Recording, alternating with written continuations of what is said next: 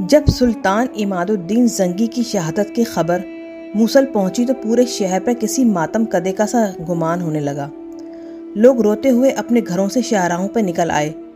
وہ سلطان کی دریا دلی اور رعایا پروری کا ذکر کر کے زار و قطار رو رہے تھے۔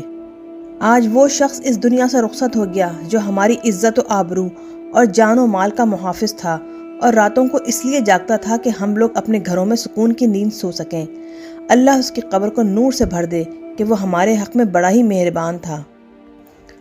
موصل میں ایک گھر اور بھی تھا جس کے در و دیوار پر ماتمی فضا چھائی ہوئی تھی۔ یہاں نجم الدین ایوب کی بیوی زبیدہ اور اس کے 4 بیٹے توران شاہ، شمس الدولہ، یوسف اور ملک عادل رہتے تھے۔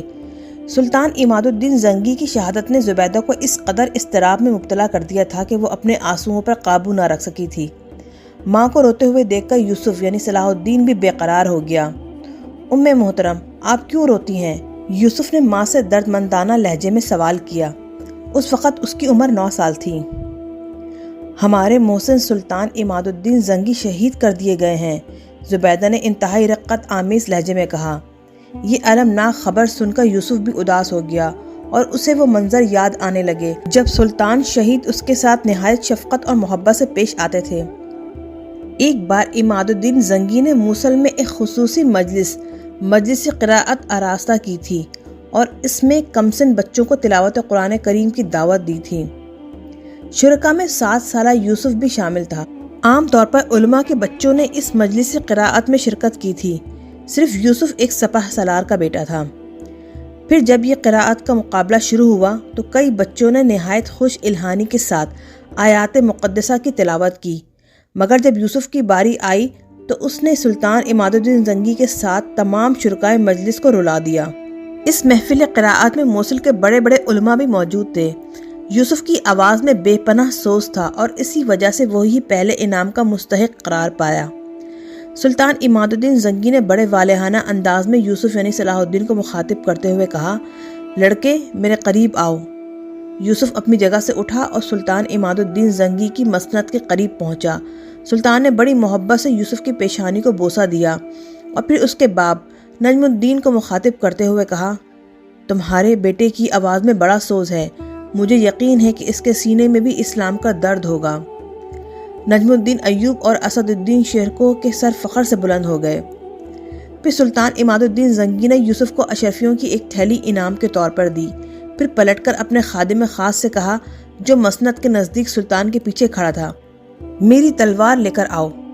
خادم خاص تیزی کے ساتھ محل سے نکلا اور پھر کچھ دیر بعد ہی سلطان عماد الدین زنگی کی تلوار لے کر حاضر ہوا۔ یوسف یعنی صلاح الدین اشرفیوں کی تھیلی لیے خاموش کھڑا تھا۔ دوسرے شرکائے مجلس بھی حیرت و سکوت کے عالم میں تھے کہ آخر سلطان نے اپنی تلوار کیوں طلب کی ہے۔ پھر حاضرین مجلس کی یہ سکوت آمیز حیرت اس وقت دور ہوئی جب سلطان عماد الدین زنگی نے اپنی شمشیر یوسف کی طرف بڑھاتے ہوئے کہا، یہ تمہارا خصوصی انعام ہے، ایک قاری کو مجاہد بھی ہونا چاہیے۔ اس واقعے کو یاد کر کے یوسف کی آنکھوں میں آنسو آ گئے۔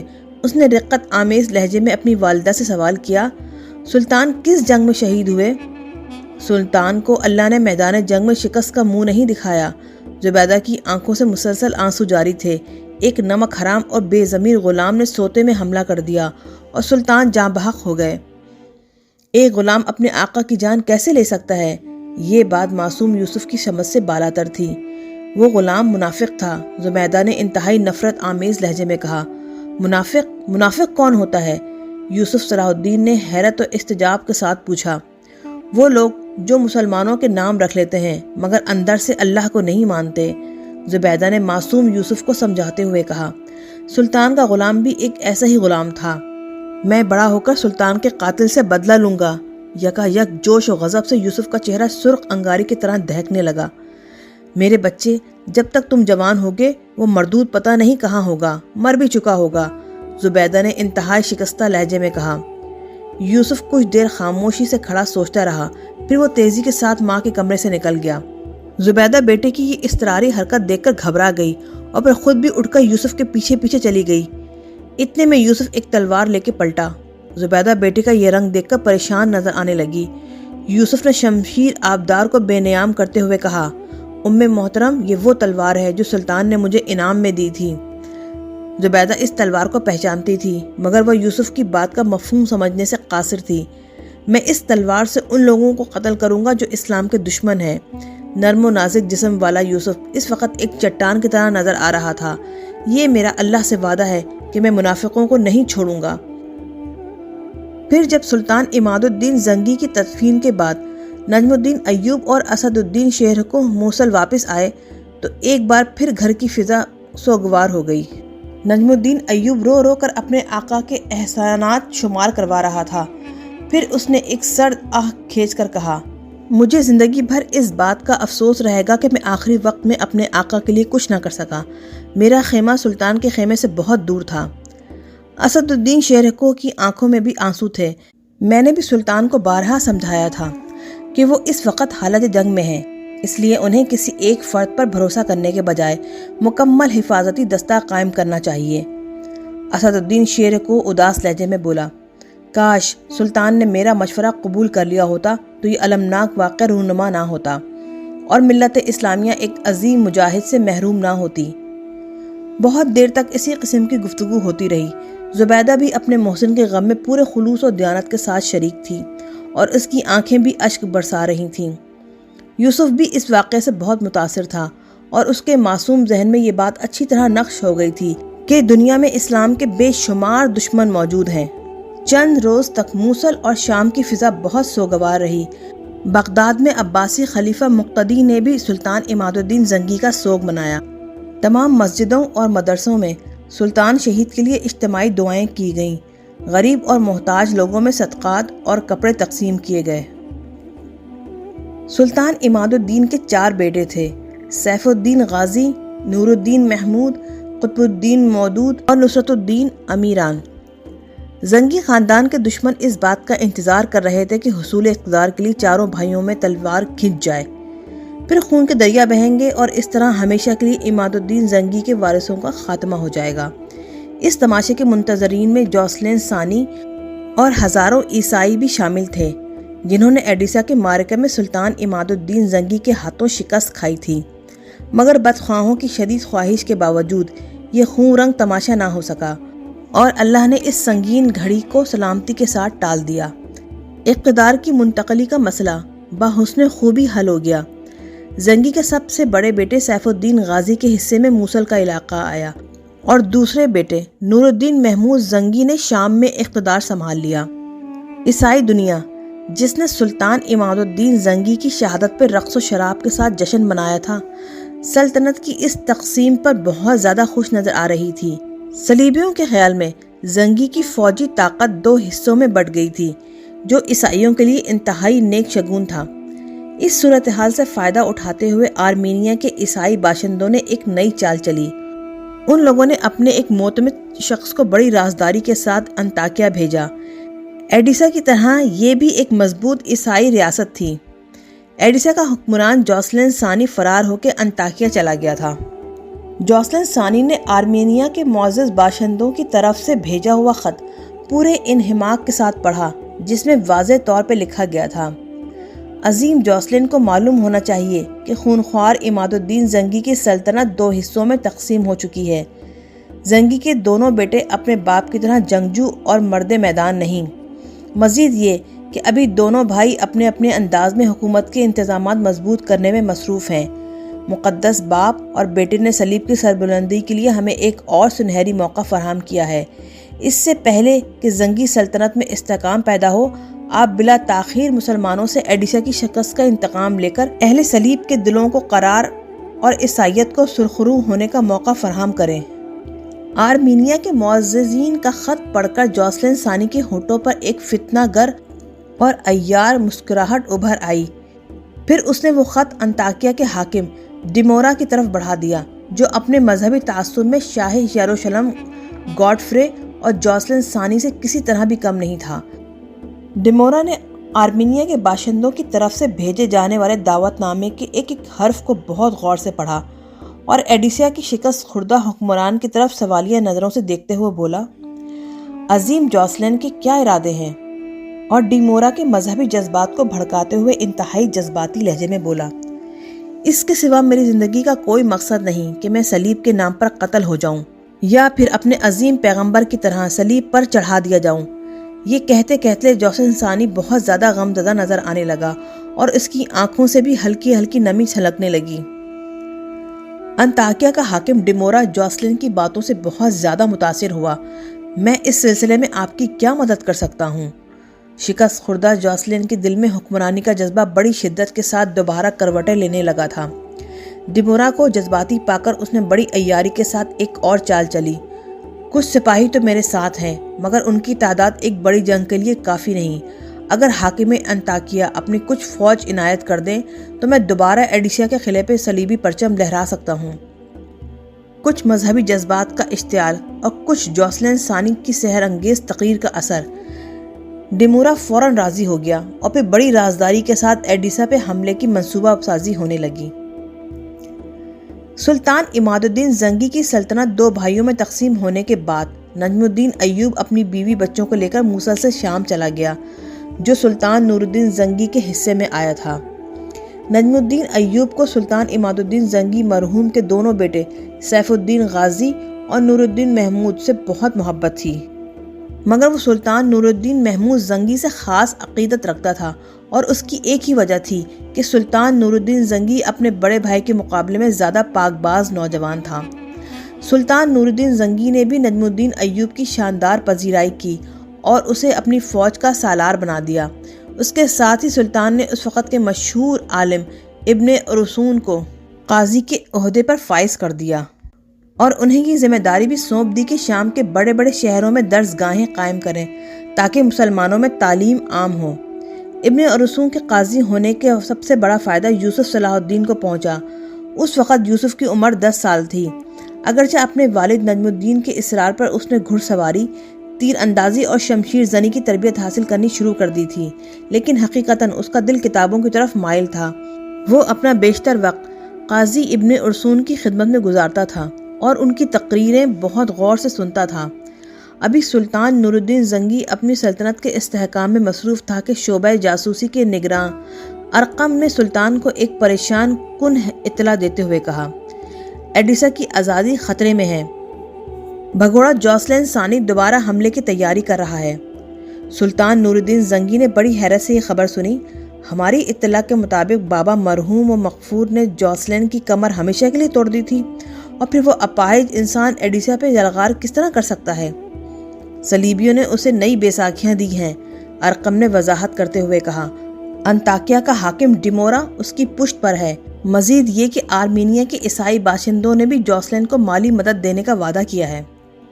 سلطان نور الدین زنگی نے فوراً اپنے سالار نجم الدین ایوب اور اس کے چھوٹے بھائی اسد الدین کو خلوت میں طلب کر لیا۔ پھر دونوں بھائیوں نے سلطان کو ایک ہی مشورہ دیا کہ بلا تاخیر ایڈیسا کی طرف پیش قدمی کی جائے تاکہ سلطان مرحوم کی اس تاریخ ساز فتح کو برقرار رکھا جائے۔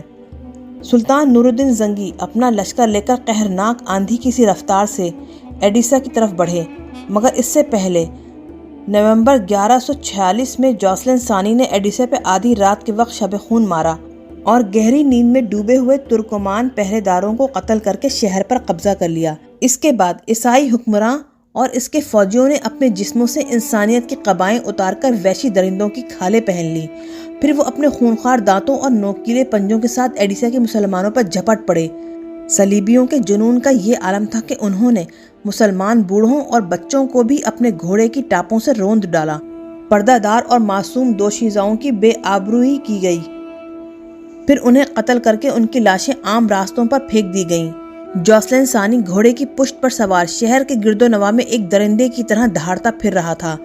وہ بار بار اپنی شمشیر کو ہوا میں لہراتا اور فاتح ایڈیسا سلطان عماد الدین زنگی مرحوم کی روح کو مخاطب کر کے کہتا، تو اپنے ہم مذہبوں کا حشر دیکھ رہا ہے؟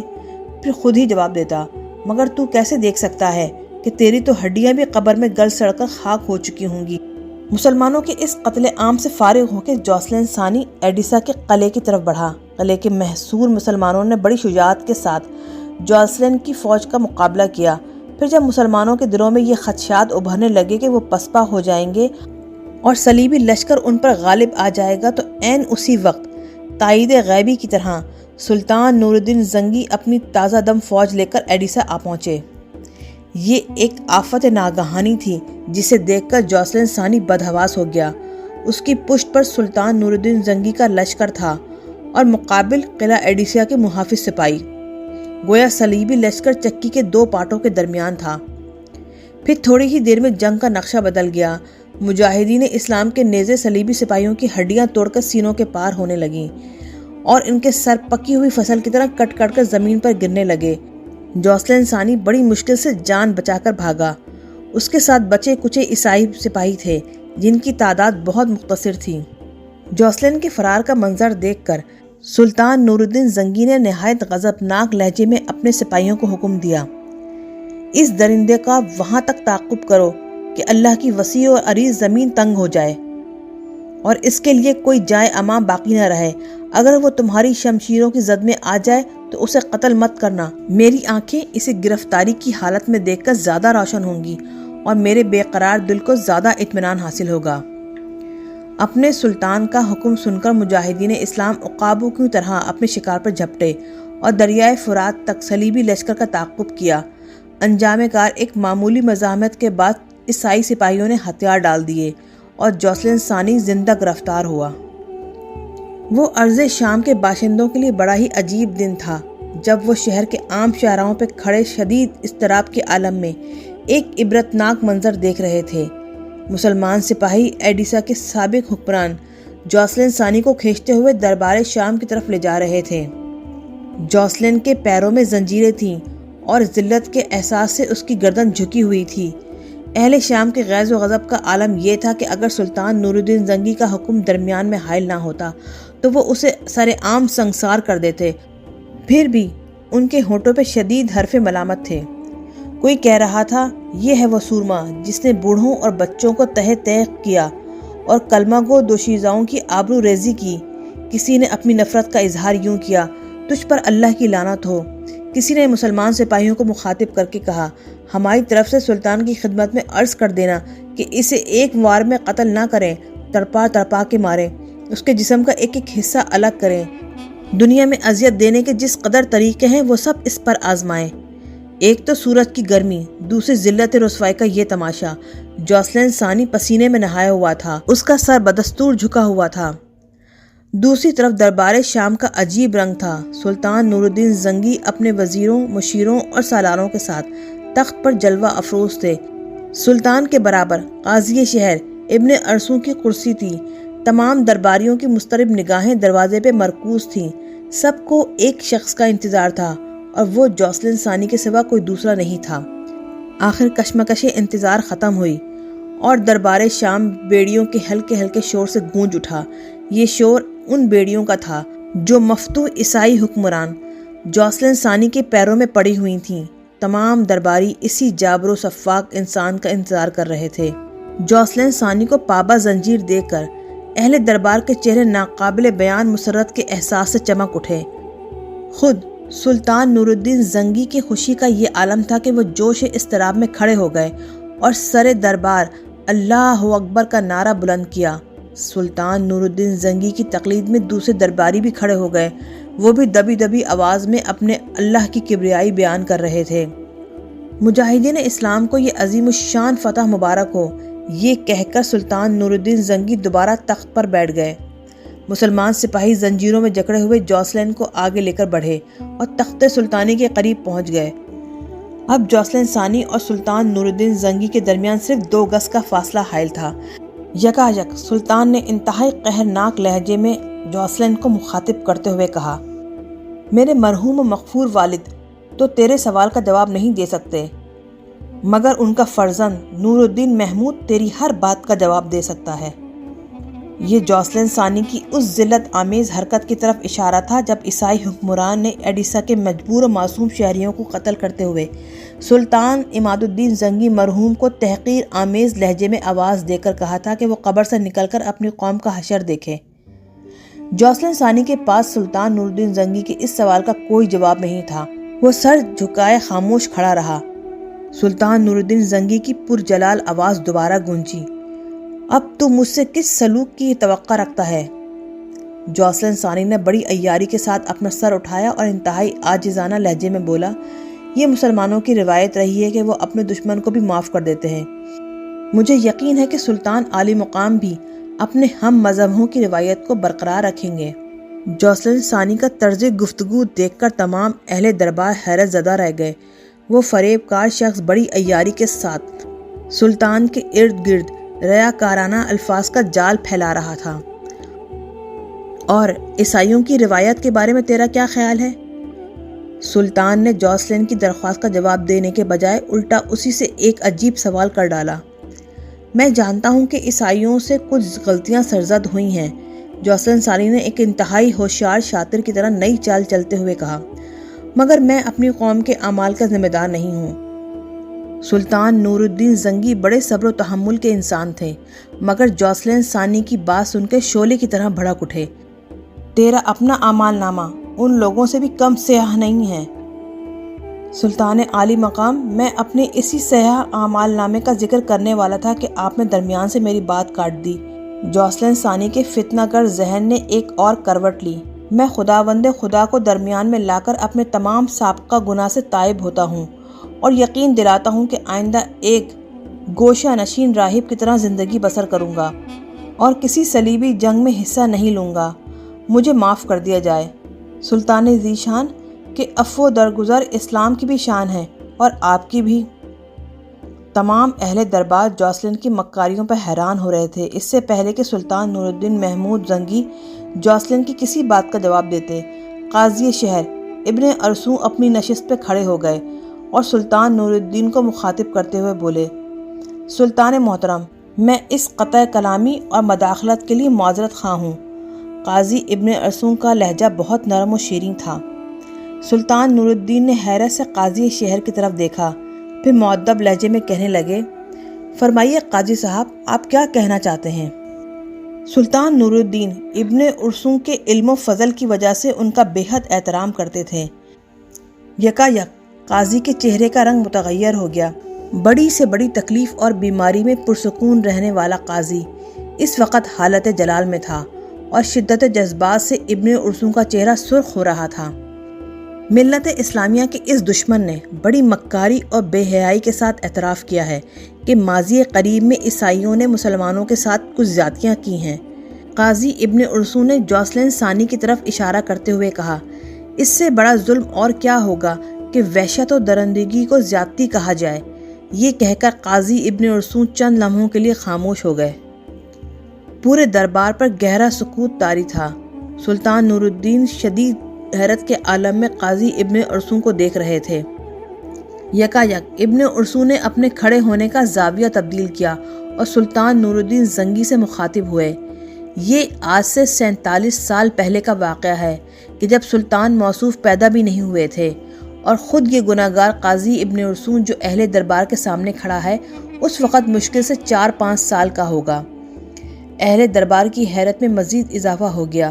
وہ پلکیں جھپکائے بغیر قاضی ابن ارسطو کے نورانی چہرے کی طرف دیکھ رہے تھے جو کسی خاص راز کا انکشاف کرنے والے تھے۔ یہ واقعہ میں نے پوری تفصیلات کے ساتھ اپنے والد محروم کی زبانی سنا ہے، قاضی نے سلسلہ کلام جاری رکھتے ہوئے کہا۔ وہ اہل اسلام کے لیے بڑا سنگین وقت تھا جب ایک اللہ، ایک رسول اللہ صلی اللہ علیہ وآلہ وسلم اور ایک کتاب کے ماننے والے گروہ در گروہ تقسیم ہو گئے تھے۔ اس وقت مصر پہ فاطمی خلیفہ ابو القاسم کی حکمرانی تھی۔ مصر کا یہ حکمراں اپنی ہم سایہ مسلمان حکومتوں کا شدید دشمن تھا۔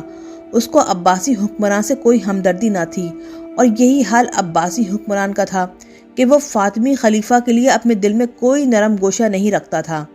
اپنے ہم مذہبوں سے فاطمی خلیفہ کے بغض و عناد کا یہ عالم تھا کہ وہ آل سنجوق کا نام بھی سننا گوارا نہیں کرتا تھا۔ یہ کہتے کہتے شدت کرب سے قاضی کا سرخ چہرہ دھواں دھواں نظر آنے لگا۔ مسلمانوں کے اسی انتشار اور اختلاف سے صلیبیوں نے بھرپور فائدہ اٹھایا۔ قاضی ابن ارسطو اداس لہجے میں ماضی قریب کے مسلمانوں کی تاریخ بیان کر رہے تھے۔ رجب 462 ہجری میں صلیبیوں نے مسلمانوں کے خلاف ایک خوفناک منصوبہ ترتیب دیا اور 50,000 منتخب عیسائی سپاہیوں کا لشکر لے کر یروشلم کی طرف بڑھے۔ اس وقت فاطمی خلیفہ ابو القاسم کی طرف سے افتخار الدولہ یروشلم کا حاکم تھا۔ اس کے جاسوسوں نے صلیبیوں کی یلغار کی خبر دی۔ حاکم یروشلم افتخار الدولہ نے ایک لمحہ ضائع کیے بغیر اپنے ایک معتبر قاصد کو خط دے کر فاطمی خلیفہ ابو القاسم کی طرف روانہ کیا۔ ایک خفیہ اجلاس میں افتخار الدولہ کا خط پڑھا گیا۔ حاکم یروشلم نے فاطمی خلیفہ کو مخاطب کرتے ہوئے صاف صاف تحریر کر دیا تھا: امیر المومنین کو معلوم ہونا چاہیے کہ اس بار صلیبیوں کے ارادے بہت زیادہ خطرناک نظر آ رہے ہیں۔ ان کے ساتھ کتنی فوج ہے اس کا اندازہ یروشلم کے قلعے میں بیٹھ کر نہیں کیا جا سکتا۔ پھر بھی میرے جاسوسوں کی اطلاع کے مطابق عیسائی سپاہیوں کی تعداد ہم سے کہیں زیادہ ہے۔ میں امیر المومنین سے درخواست کروں گا کہ اس نازک صورتحال پر فوری توجہ دیتے ہوئے یروشلم کی حفاظت کے لیے مزید فوج فراہم کی جائے۔ اگر میری اس التجا پر بلا تاخیر عمل نہیں کیا گیا تو پھر اللہ ہی جانتا ہے کہ یروشلم میں بسنے والے مسلمانوں پر قیامت کس انداز میں نازل ہو۔ حاکم یروشلم افتخار الدولہ نے انتہائی مؤثر لہجے میں صورتحال کی سنگینی کا نقشہ کھینچا تھا، مگر اس کی یہ تدبیر کارگر ثابت نہ ہو سکی۔ فاطمی خلیفہ ابو القاسم نے اپنے میر منشی سے افتخار الدولہ کے خط کا جواب اس طرح لکھوایا: تم اچھی طرح جانتے ہو کہ قریب و جوار میں میرے کئی دشمن موجود ہیں جن کی حریصانہ نظریں ہر وقت مصر کی حکومت پر جمی رہتی ہیں کہ کب انہیں موقع ملے اور وہ میرے اقتدار کا خاتمہ کر دیں۔ خلیفہ بغداد بھی دن رات اسی قسم کی سازشوں میں مصروف رہتا ہے۔ اس صورتحال کے پیش نظر میں تمہاری مدد کے لیے ایک سپاہی بھی نہیں بھیج سکتا۔ اگر یروشلم ہاتھ سے جاتا ہے تو اسے جانے دو، اس کے مقابلے میں خلافت مصر کا دفاع کہیں زیادہ اہمیت رکھتا ہے۔ فاطمی خلیفہ کا جواب پڑھ کر حاکم یروشلم افتخار الدولہ کچھ دیر کے لیے سکتے میں آ گیا۔ اسے یقین ہی نہیں آ رہا تھا کہ یہ ابو القاسم کا مکتوب ہے، لیکن مہر خلافت دیکھ کر افتخار الدولہ کو یقین کرنا پڑا۔ پھر اس کے چہرے پہ شدید اذیت و کرب کا رنگ ابھرا اور پھر خود کلامی کے انداز میں کہنے لگا: امیر المومنین یہ کیوں نہیں کہتے کہ ملت اسلامیہ کی سربلندی کے بجائے آپ کو اپنا اقتدار عزیز ہے، مگر یاد رکھیں کہ یروشلم چلا گیا تو پھر کچھ بھی باقی نہیں بچے گا۔ پھر وہی ہوا۔ 50,000 سپاہیوں پر مشتمل صلیبی لشکر یروشلم کی دیوار کے نیچے آ کر جمع ہونے لگا۔ صلیبیوں کو اس بات پہ بڑی حیرت تھی کہ وہ کسی مزاحمت کے بغیر شہر کی فصیل تک پہنچ گئے تھے۔ افتخار الدولہ شہر سے باہر نکل کر عیسائیوں کی پیش قدمی کو روک سکتا تھا، مگر بدقسمتی سے اس کے پاس صرف 1000 سپاہی تھے۔ جنگی اصولوں کے مطابق دونوں فوجوں میں کوئی تناسب و توازن ہی نہیں تھا، اس لیے افتخار الدولہ نے دفاعی حکمت عملی اختیار کی۔ یہ کہہ کر قاضی ابن ارسطو کچھ دیر کے لیے خاموش ہو گئے۔ حاضرین کا گہرا سکوت دیکھ کر دربار شام پر کسی قبرستان کا سا گمان ہوتا تھا۔ سلطان نور الدین زنگی بھی تصویر حیرت بنے ہوئے قاضی ابن ارسطو کی گفتگو سن رہے تھے۔ مختصر سکوت کے بعد قاضی دوبارہ سلطان سے مخاطب ہوئے: سلطان محترم، اس خون رنگ اور المناک واقعے کی باقی تفصیلات اس طرح ہیں کہ شہر یروشلم کا محاصرہ کرنے کے بعد صلیبی فوجوں کے سالار نے اپنے ایک قاصد کو یہ پیغام دے کر افتخار الدولہ کے پاس بھیجا: اگر تم لوگ جنگ کیے بغیر ہتھیار ڈال دو تو تمہیں مکمل امان بخش دیں گے۔ عیسائی قاصد کے لہجے سے اس قدر غرور و تکبر جھلک رہا تھا کہ جیسے وہ اہل ایمان کی تقدیروں کا مالک ہو۔ 3 خداؤں کے ماننے والوں کو معلوم ہونا چاہیے کہ ہم خدائے واحد پر ایمان رکھتے ہیں۔ حاکم یروشلم کے لہجے سے غرور و تکبر کے بجائے جلال ایمانی کا اظہار ہو رہا تھا۔ عیسائیوں کے عقائد کے مطابق 3 خدا ہیں، ایک مقدس باپ خدا، دوسرا مقدس بیٹا حضرت عیسیٰ اور تیسرا روح القدس حضرت جبرائیل علیہ السلام۔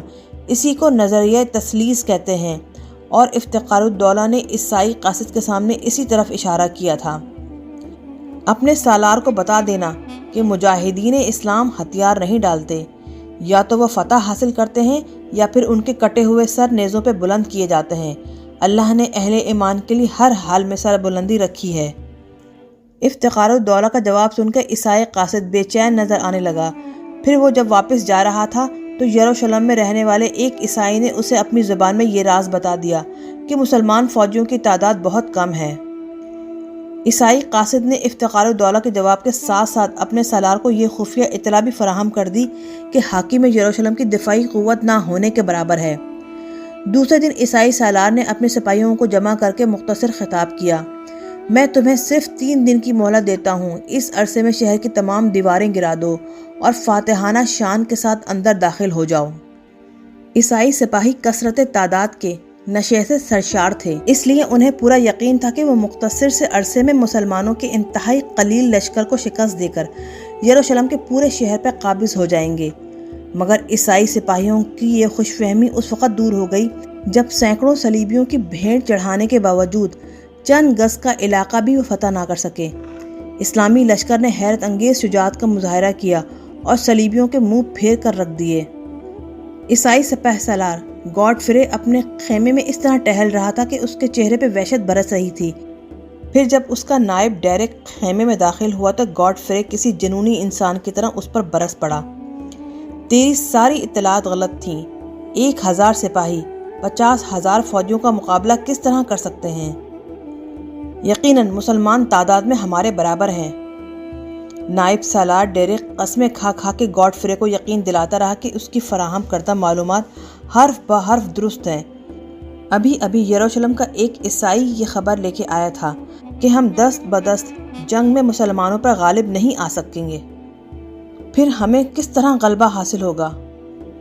گاڈفرے نے اپنے نائب ڈیرک کو ایک غلیظ گالی دیتے ہوئے کہا، اس شخص کا کہنا ہے کہ افتخار الدولہ نے بڑی ذہانت سے اپنی دفاعی مورچے ترتیب دیے ہیں۔ ڈیرک ایک ایک لفظ پر زور دیتے ہوئے بول رہا تھا۔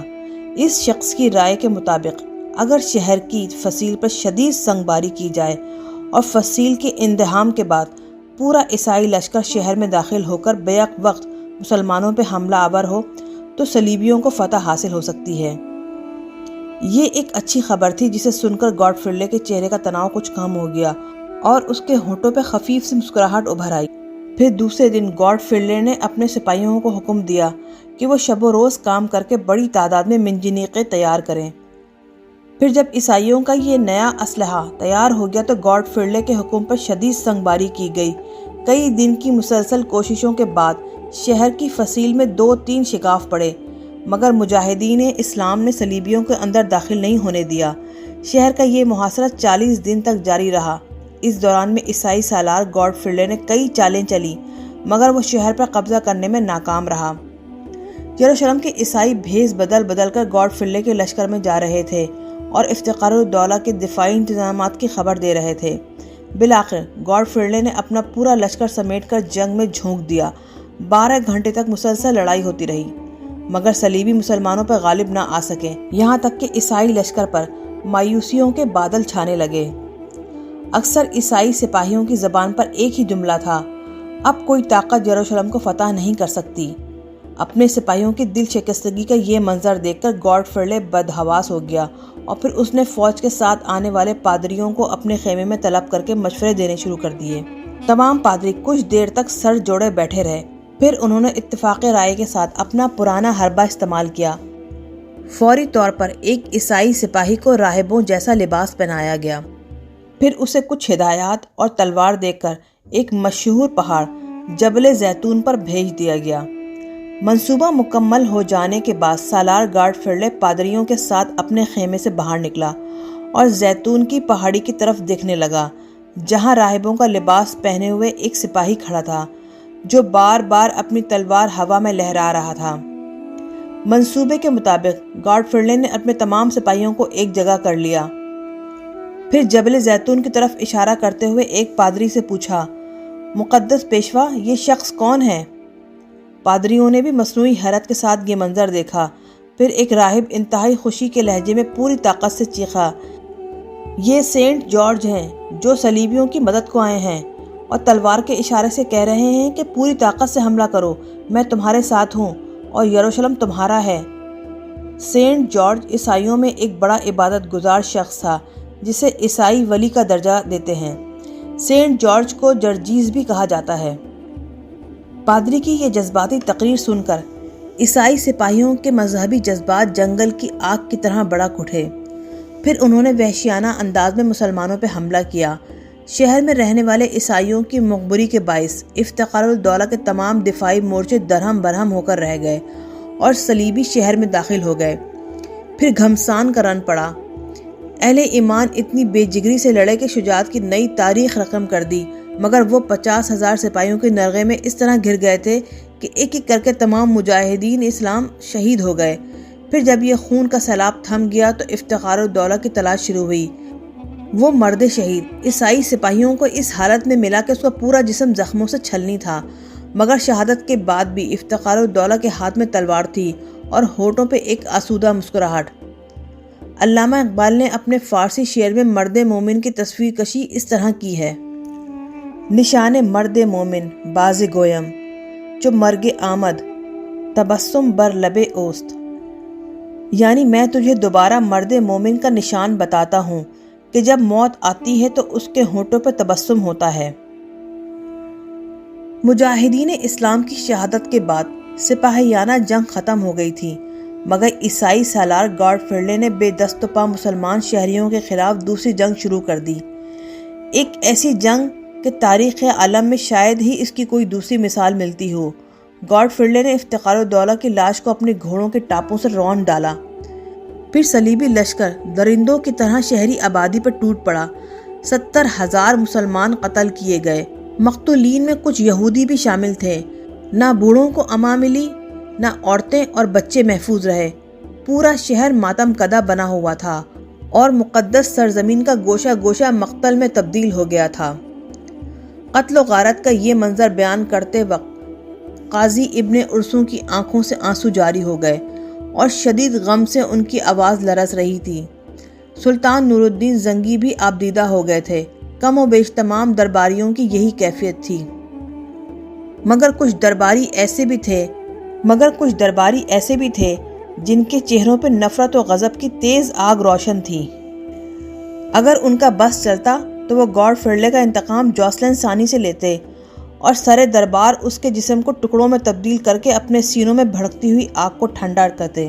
قاضی ابن ارسو نے بڑی مشکل سے اپنے اعصاب پہ قابو پایا اور سلطان نور الدین زنگی کو مخاطب کرتے ہوئے بولے: سلطان محترم، میں اس واقعے کا آخری منظر بیان کر دوں تاکہ اہل ایمان عبرت حاصل کریں اور اس خونی داستان کو ہمیشہ اپنے ذہنوں میں محفوظ رکھیں۔ صلیبی لشکر کی وحشت و سفاکی کا یہ عالم تھا کہ یروشلم کی تمام عبادت گاہوں اور گلی کوچوں میں مسلمانوں کی لاشوں کے انبار لگ گئے تھے۔ مسجد اقصیٰ، جہاں سے میرے آقا حضور اکرم صلی اللہ علیہ وآلہ وسلم نے سفر معراج شروع کیا تھا، اس کے صحن میں اہل ایمان کا اتنا خون جمع تھا کہ اس خون میں عیسائی شہ سواروں کے گھوڑوں کی لگامیں ڈوب گئی تھیں۔ حضرت عیسیٰ علیہ السلام کے مزار مبارک کے سوا بیت المقدس میں ایسا کوئی گوشہ موجود نہیں تھا جو مسلمانوں کے خون سے تر نہ ہو۔ اس قتل و غارت کے بعد مسجد عمر کو بھی جی بھر کے لوٹا گیا۔ اس کا سارا قیمتی آرائشی سامان 6 بڑی بڑی گاڑیوں میں بھر کے لے جایا گیا۔ یہ کہہ کر قاضی نے جوسلن ثانی کی طرف اشارہ کیا: یہ شخص جو آج آپ کے سامنے زنجیریں پہنے کھڑا ہے اور اسلام کی شان میں قصیدے پڑھ کر اپنی زندگی کی بھیک مانگ رہا ہے، اسی خون آشام گارڈ فرلے کا پرجوش ہمنوا اور معتقد خاص ہے۔ یہ کہہ کر قاضی ابن ارسوں اپنی نشست پر بیٹھ گئے۔ سلطان نور الدین نے صلیبیوں کے مظالم کی لرزہ خیز داستان سن کر جوسلن ثانی کی قسمت کا فیصلہ کر دیا۔ تھوڑی ہی دیر بعد ایک دراز قامت جلاد اپنے ہاتھ میں لوہے کی ایک تپتی ہوئی سرخ سلاخ لے کر داخل ہوا۔ کئی سپاہیوں نے مضبوطی سے جوسلن ثانی کے دونوں بازو پکڑے اور پھر جلاد نے اس کی آنکھوں میں سرخ سلاخ پھیر دی۔ چند لمحوں تک جوسلن ثانی کی دردناک چیخوں سے پورا دربار گونجتا رہا، پھر بے ہوش ہو کر فرش پر گر پڑا۔ اس کے بعد اسے حلب کے قید خانے میں ڈال دیا گیا، جہاں وہ دیواروں سے سر ٹکرا ٹکرا کر اپنی بد نصیبی کا ماتم کرتا رہتا تھا۔ اس وقت حاضرین دربار میں 10 سالہ یوسف یعنی صلاح الدین ایوبی بھی شامل تھا۔ اس نے اپنے استاد قاضی ابن ارسوں کی زبانی صلیبی جنگوں اور عیسائیوں کے مظالم کی تاریخ پوری توجہ کے ساتھ سنی تھی۔